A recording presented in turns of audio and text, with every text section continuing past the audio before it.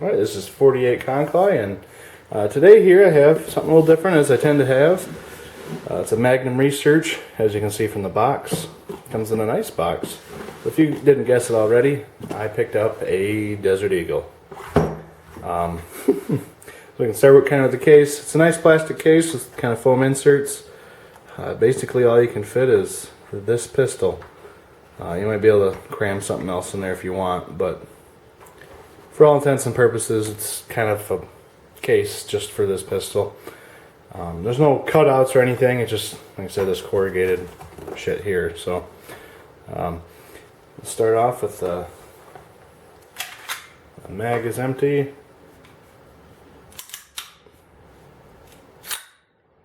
Gun is unloaded. We can kind of start with the magazine here. One thing I will kind of knock this pistol on is it only comes with one mag. I picked this up for about $14.50 out the door, and well, I guess not really out the door. There's some of the tax, and yeah, so about $14.50 before taxes. So this pistol, you know, for the price that you're paying for, I really can see them needing to. Wish they would add in an extra magazine or so. 2 mags for a gun like this, I think, would be fairly sufficient. You're not going to be going through any quick mag dumps or anything, I wouldn't think. But I guess that's, you know, who's to tell you that you won't. But yeah, it comes with 1 mag. The mags are nice quality. They're nice heavy steel. You know, they're all steel mags except for the follower here is kind of a heavy polymer. But other than that, it's a nice mag, but yeah, like I said, you only get 1 for a damn gun this expensive. It's kind of ridiculous. But a couple other things about the gun I will say real quickly is this is a 50 Action Express, and I'm not going to do any shooting today. It's sleeting and nasty out, and I haven't really, like I said, I put about 20 rounds through it. I think they're some 300 grain Hornady type, and got a little bit more than 20 rounds. But you know, I don't have a good consensus of overall review of this pistol, so it's going to be kind of a first impressions. But I had one hang up, and I would attribute that to a mixture of, I added some grease here on this rail when I cleaned it. I've heard some people say to do that, but the grease I got really thickened up because it was like -10 out when I was shooting. Not sure if that's it, but I don't think it helped it any because it got really thick and caused some binding. I could feel, you know, as the slide was returning. When it's warm, it snaps right back in, but there was some hesitation on it when it was cold. This is kind of my first foray into an experience with these pistols, this type. They're obviously popular in movies and video games and stuff like that. I think that's where a lot of people get kind of an obsession with them. You know, it's no different than getting a Smith & Wesson 44 Magnum from the Dirty Harry movie back in the day. They are popular. I think a lot of people think that they don't run reliable, and they are finicky. I got some words of advice from a guy that when I was picking this gun or buying this gun, there's an old guy hanging out at the store who mentioned that it's like, make sure you run it wet. He said that they do enjoy a lot of lubrication through the gas system and everything, and I did. I cleaned it. It was pretty dirty from the factory. I don't know how many rounds they put through the test, but it was pretty filthy. And yeah, so I cleaned it up real good, lubed it, and like I said, I only had that one hang up out of the 20. So, and I don't know if there's a break-in period in them or not, but it just depends on what you got. This is a black oxide finish. One thing to note is, I don't know if you can tell on there, but there's some kind of different colors across the pistol. You know, the slide here is kind of more of a flat dark, and it's almost like a different color black here on the frame, if you can see that. I've noticed this on other Desert Eagle pistols before. It almost looks like it has a tinge of brown to it or something. And it's not rust or anything. I wiped it off. There was kind of some surface, not really rust, but it's some oxidation. I wiped that all off, and it's still, still kind of there. So, and it's clean. It wipes clean. So, I noticed there is a little bit of that kind of brownish tint up here on the chamber. You can see there's kind of a little line almost in it. So, don't know what that's about, but it doesn't really matter. This pistol is got a 6-inch barrel, so it's a big heavy bitch. It weighs 70 ounces. Not something that you're gonna want to just. I don't think you'd want to concealed carry this. Definitely, probably not. This pistol is not as big as you would think. I mean, the grip is thick. I will say that, but I got pretty big hands. I think if they made this front here straight, I think it'd be a little bit more comfy because it kind of twists my pinky up a little bit differently that I'm not used to. But other than that, I don't think it's really overall uncomfortable. I mean, it's got a nice curve here. That's comfy. There's some. This is a cheaper model. There's obviously some more premium plated, nickel plated, gold plated versions. I have noticed on this there is some machining marks and some fit and finish issues that kind of are distasteful. I mean, I don't know if you can tell on here. Probably not. There's just kind of some chatter lines through here on the frame. And it's underneath the finish, so I mean, I think if you would have taken a Brillo pad and kind of roughed it up real quick before you did it, it would have taken care of that, but that's neither here or there. Another thing to note kind of about fit and finish is these grips, they don't line up for shit on the back. See that little ledge here? It's just kind of an afterthought, I think. I'm going to probably get some new grips for it anyways, a little bit more decorative, but I don't really care for these grips and why that looks like that. You can see right there it has a little bump out. But besides that, that's my only qualms with the gun as of now. I guess we'll see later on as I own it. Like I said, I only got 20 shots through her, but it's enjoyable to shoot. The recoil out of the 50 Action Express, I'll show that here. It's a big round. I can compare it to I got a 10 millimeter down here. Yeah, it's a significantly bigger round than a 10 millimeter, and this is a 220 grain buffalo bore round. But in this pistol, this heavy 70-ounce pistol, it mitigates a lot of the recoil. I think the gas system mitigates a lot of the recoil with it too. That's just kind of one thing I've observed through shooting it. I think it's enjoyable. I've shot my 454 Ruger, and that thing kicks way worse than this. I think as long as you got a firm grip on this, you're not going to have any issues.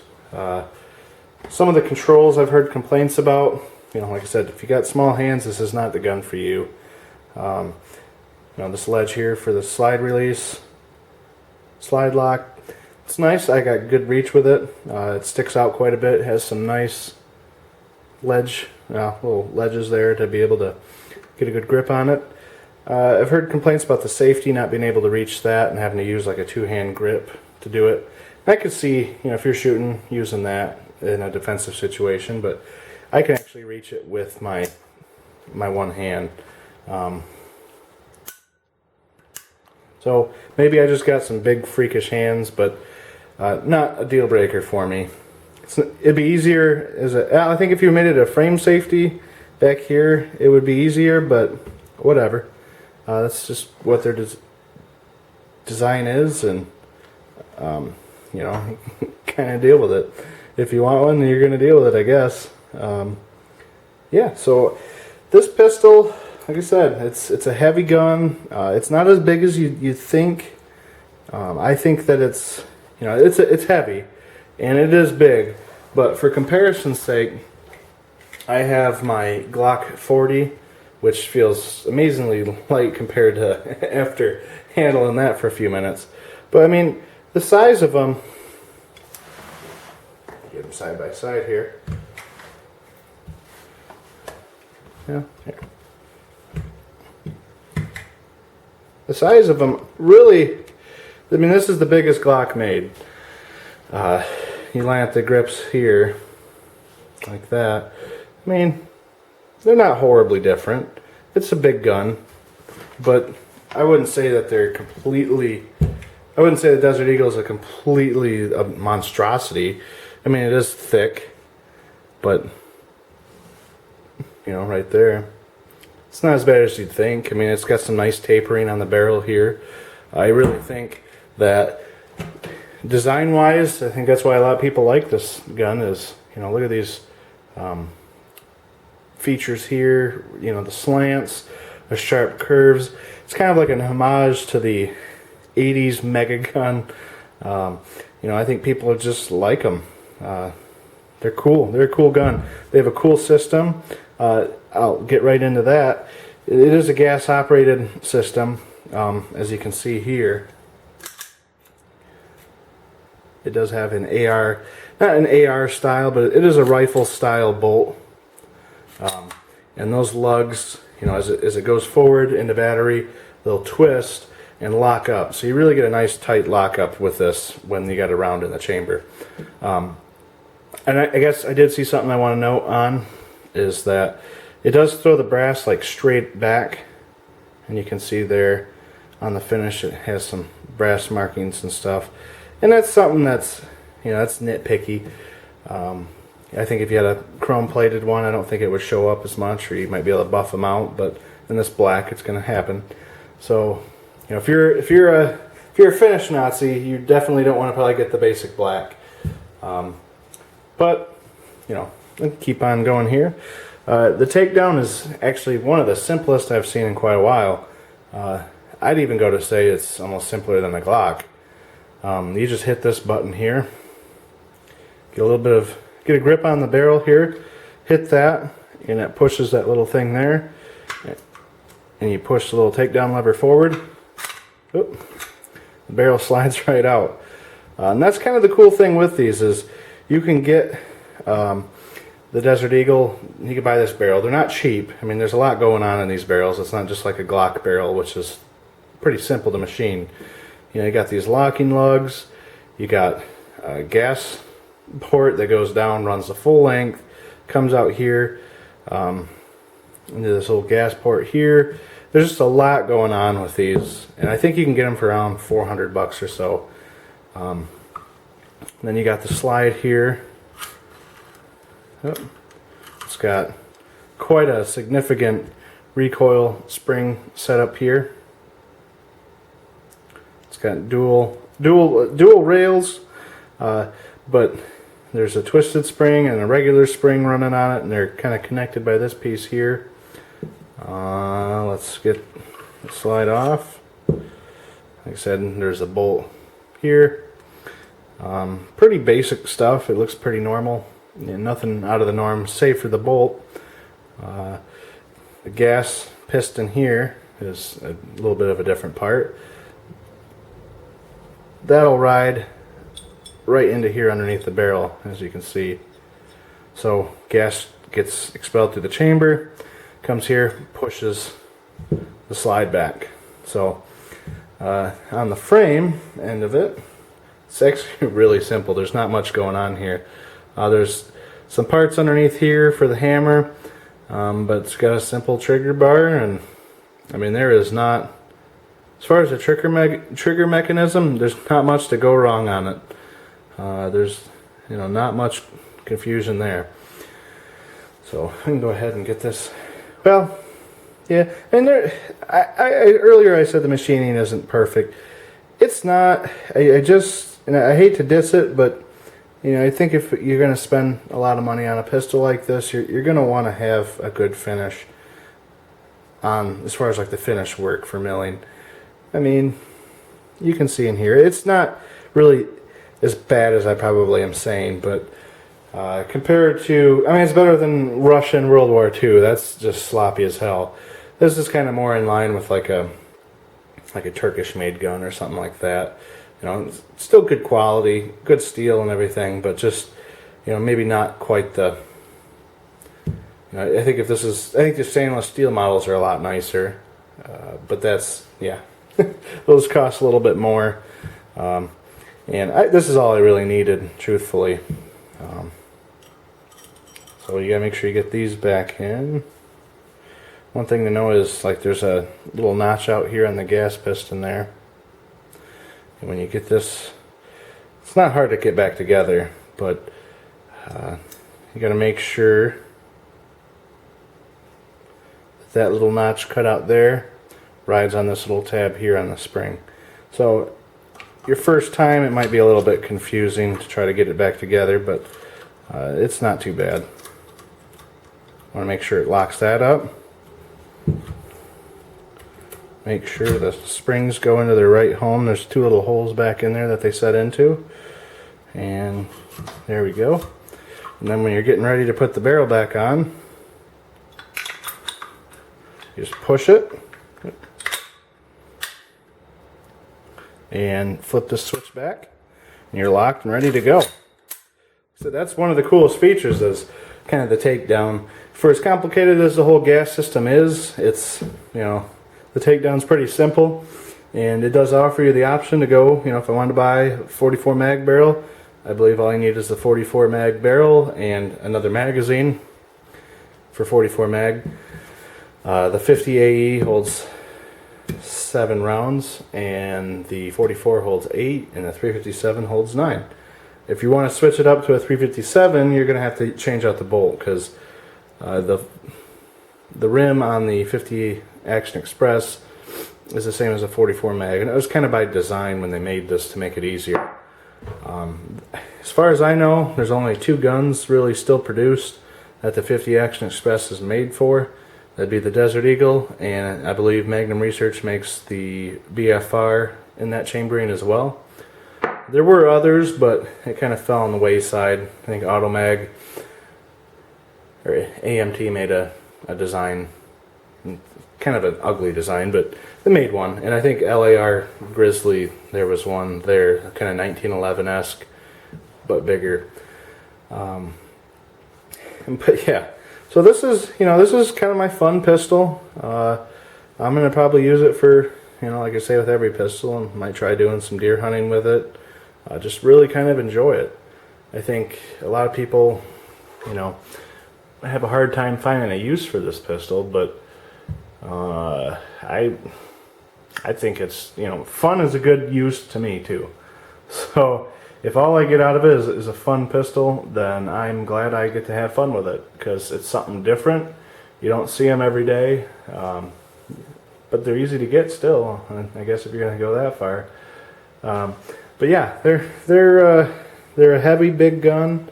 They're fairly well made. I mean, everything fits nice. You know, the machine marks and stuff, that's just detailed stuff. Nothing really spectacular there. Yeah, so I mean, I would say if you want one, go ahead and buy it, but a lot of people aren't really about the Desert Eagle, so, you know, it's kind of a shame. I think it's a cool pistol. Magnum Research is putting out, lately I've noticed they've been putting out some cool designs. You know, they got a stainless steel frame with a rail underneath here.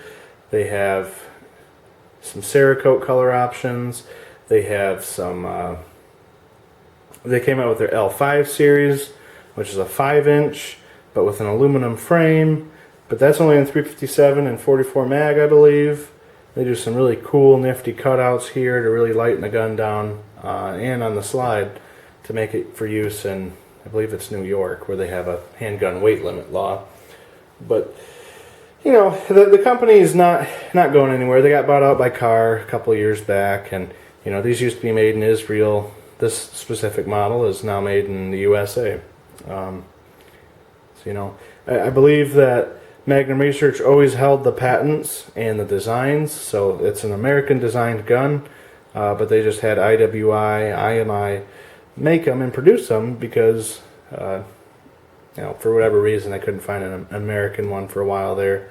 I think Seiko Defense made some for a few years off and on, but they switched back, and Yeah, they switched everything back to the USA, so really you can just say it's an American gun. So some people, they're about that, and I mean, I don't really care. I own some Glocks and some other things too, but in the gun world, some people it matters. It's got quite a lineage behind it. I think there's definitely going to be some more design differentiations out there, and something to look forward to. Like I said, I enjoy it. I'll do kind of a more in-depth shooting review down the line, but for a first impressions video, I will say I'm happy with it. I should be happy with it if I'm going to spend this kind of money on it. So, but all right. Well, thanks for watching, and I'll be sure to post some updates on this soon.